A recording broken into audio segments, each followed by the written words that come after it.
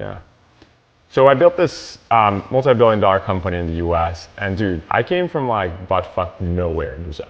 Like literally, like the city that I grew up was like a factory city. My dad worked at like a factory, right? And you know, like all my like the best case scenario for like anyone in my school was like they're gonna be like, you know, a local lawyer, you know, for like the tiny city in the middle of the state of São Paulo, Brazil.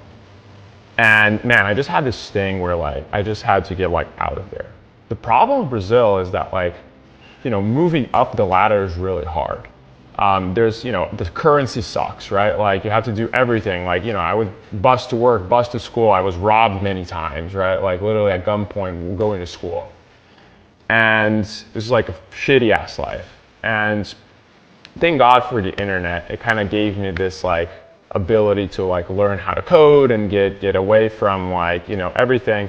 But it was rough, you know. And the first deal I ever raised in Brazil, you know, I built this company, Pagar in Brazil. It was like a multi-million-dollar payments company. And the best deal I could get at that time was $300,000 for 60% of the company.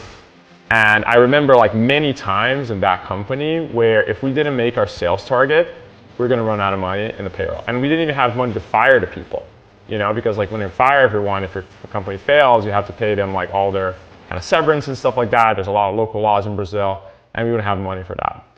And then when I get to the US, it's so much easier, you know, like you come here, there's Silicon Valley, there's so many venture capitalists, they're all offering millions of dollars, you know, there's such like a richness of resources here. But the problem is like I meet kids here in the US that have it like so easy. And they're like thinking, I don't know, like the biggest problem in my life is like, do I take money from VCA or VCB? But my friend took money from a better VC than I did. Oh my God, I'm so sad, you know? And I'm like, the thing that goes through my head is like, dude, if you only knew where the fuck I came from and like what it took to kind of get from there to here, you wouldn't be complaining of like which tier VC, you know, you're raising money from.